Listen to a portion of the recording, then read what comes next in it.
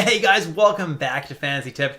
My name is Julian, and in this video we're continuing the series of videos that I'm making talking about some NHL teams, taking a look at what I think their lines are going to look like this year, and then taking a look at their noteworthy players, and then telling you whether I think you should be drafting them at their current rank or ADP. Today we're going to be looking at the Detroit Red Wings.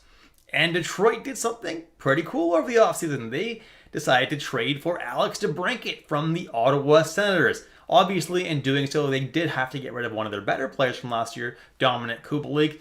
But that's a very small price to pay to get an absolute stud like Alex DeBrincat. That's someone who's definitely going to help the team and make the team just a little bit better. But guys, before we talk about him a little more and the rest of the team, please consider hitting that subscribe button. It would mean a lot to me. And trust me, you're not going to want to miss any of the preseason content I have for you guys. So consider hitting that notification bell at all because, guys, I'm going to be dropping a video every couple of days at the very least. And you're not going to want to miss any of this content because you're going to want to have the best draft possible. And that's definitely what I'm aiming to do with all my content. All right, let's jump into it now, guys, and let's start with the lines of the Detroit Red Wings. And on the top line, I'm projecting DeBrincat, Larkin, and Lucas Raymond. On the second line, Berggren, JT Compher, and David Perron. On the third line, Robbie Fabry, Andrew Kopp, and Daniel Sprong. Then Husso and Reimer are your goalies, and they actually have Lyon as a third goalie, so that's pretty good goalie depth there as well. Now, the ranks you see here, guys, are the ranks on NHL's top 250 fantasy players list, and the top guy they have ranked is Moritz Seider at number 66. He had 42 points in 82 games last year. Now, Moritz Seider, depending on your league type, finished anywhere between 130th best and about 230th best. So, I mean, ranking him at 66 seems kind of high, right? Well, Moritz Seider also had Hronek ahead of him in the depth chart last year, or did he? At the beginning of the year, everyone thought that he was ahead of Hronek in the depth chart, and then suddenly they decided to give Hronek power play 1 for who knows what reason. Obviously, guys, if you remember Seider's first year, he did win the Calder Trophy, so obviously he's a pretty good player, right? And I think he can find that form again, especially if Detroit does finally give him top power play. I'm slightly worried of them giving Shayne Gostisbehere PP1 just because they did that last year with Hronek, and that would absolutely suck for Seider. But they should give Seider that power play 1, and he definitely should be able to have a season kind of similar to his rookie year, guys, because I mean, last year was kind of a sophomore slump for him. I can see him having a much better year this year. 66 to me might still be a tad high in my opinion, just because there is that chance that Detroit decides to be stupid again and put Shayne Gostisbehere on that top PP. But Seider is definitely a great player, and I don't think it's a terrible draft pick over here. Now, last year, Dylan Larkin was just about a top 70 player in any type of league format. Some leagues even higher than that, could be even top 50 in some formats, depending on your league. He's being ranked around 67, which makes sense. It's a pretty good ranking. Obviously, this year, he might even get Alex DeBrincat, which could help him even more. So being ranked around there is pretty good for Dylan Larkin. Obviously, he's a natural center, though, so you can get some of those later in the draft. Obviously, not as good as Larkin, but some pretty good ones later in the draft. So, I mean, if you need a center, definitely Larkin, not a bad pick at this range, but other positions are harder to fill this early in the draft as well. Next is Alex DeBrincat, ranked at number 75 in NHL's list, and last year he was closer to the 100th, 110th, maybe even 120th best fantasy player, depending on your league type. Obviously, last year was a huge down year for him. I mean, only 27 goals at a 10.3 shooting percentage. He can do better than that. His shooting percentages historically have been better than that. And I think on a line with Larkin and Raymond potentially, as well as top power play with those guys and David Perron, he definitely can have a rebound season. And he can be almost a top 50 player, in my opinion, if he can rebound to what we know he can play like. I think DeBrincat is a pretty good pick here at number 75 as a left winger. All right, next we got Lucas Raymond going at 169 in NHL's list. Last year he had 45 points in 74 games, which in terms of points per game, he ended up being the 250th to 320th best fantasy player, depending on your league type. That's not exactly great. So why are they projecting him so high? Well, they're projecting a breakout season from him. And honestly, I think they're right. I think he is going to have a nice breakout year this year. All the factors are there. It's his third year. He's had enough experience now. I think he's going to be a beast in the NHL going forward. And he is potentially on an elite line this year with DeBrincat and Larkin, as well as the power play with those guys. So definitely the opportunity is there for him.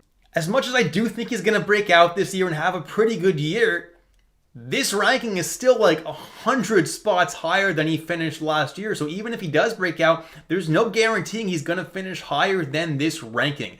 In my opinion, this is a pretty high ranking for him, but if you do want to take him on this ranking, he definitely could end up finishing here. So I don't think it's a terrible spot. I just think it's a little bit risky to take him, which is why I personally won't be taking him not this high. But I don't think it's the worst pick in the world if you do. Then Ville Husso is the 24th ranked goalie on NHL's list. Last year, 26 wins, 4 shutouts, won about half of his games. I think it's pretty good right now where he's currently being ranked as the 24th ranked goalie. I mean, Reimer is a competent backup goalie and could push for some starts if Husso struggles, but overall, I think Husso should have a decent year and get the majority of the starts on a slightly improved Detroit Red Wings team. I think Husso is a pretty good goalie, and being drafted as late as he is in drafts right now, I definitely think it's pretty good value. Next, we have Perron, who NHL ranks at the number 215th best fantasy player. Now, last year he finished around the 180th best player based on your league settings, and he's ranked even lower than that this year, which on the surface makes sense, right? Because he may not get top-line time with Larkin this year, especially with the acquisition of DeBrincat. And for the most part, last year he was paired with Dylan Larkin. So yes, that reduces his value.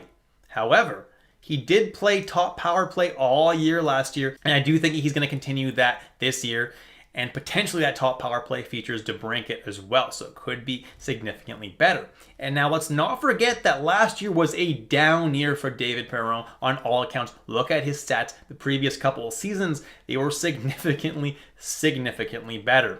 Yes, he's aging, but this ranking, I think, is a steal for Perron. Yes, guys, I'm still sick. Still can't make it to my studio. However, luckily for me, I recorded that Detroit Red Wings video well in advance, just in case something were to happen. Thank goodness I did, so I'm able to get that out for you guys today. But Jeff Petry was actually traded after I recorded this video. So yeah, it was a couple weeks ago that I recorded this. But Jeff Petry is really the only difference that the Detroit Red Wings lineup has right now. So I'm just going to go over him quickly. And Jeff Petry, I see maybe getting a point every 3 games in Detroit.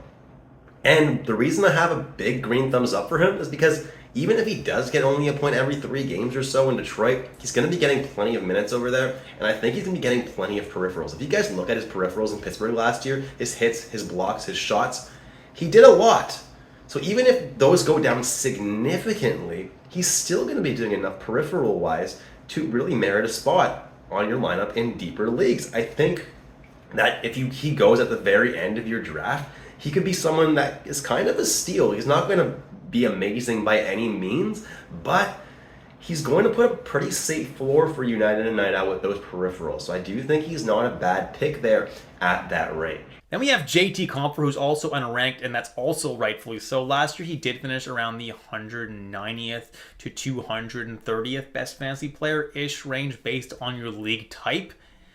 And that was on an Avs team that was super injured, so he got lots of top 6 time, played top power play, and played with Colorado's Stars. And still ended up ranking that low. Obviously, he didn't play with them the entire season, and that's why he ended up finishing that low. But still, it's not great for someone who did get that opportunity. So no, I'm not touching him in Detroit on the second line. He won't get top power play there. It's just, he's a good player, but he's a good support player, not someone who's necessarily good for fantasy unless there are injuries. Then I have Simon Edvinsson, and he is a great prospect, guys, but the opportunity in Detroit is really not there for him. even if Seider gets injured or somehow doesn't get top power play, it's probably going to be Shayne Gostisbehere that takes that top power play spot, not Simon Edvinsson. And without that top power play spot, he's not going to have a whole lot of fantasy value. So I would avoid him outside of dynasty leagues. Next, I have Shayne Gostisbehere, and he could end up playing top power play if they're really stupid and they did what they did with Perron last year, playing him on the top power play over Moritz Seider. I really hope I'm wrong about that, and I do doubt that it's going to happen.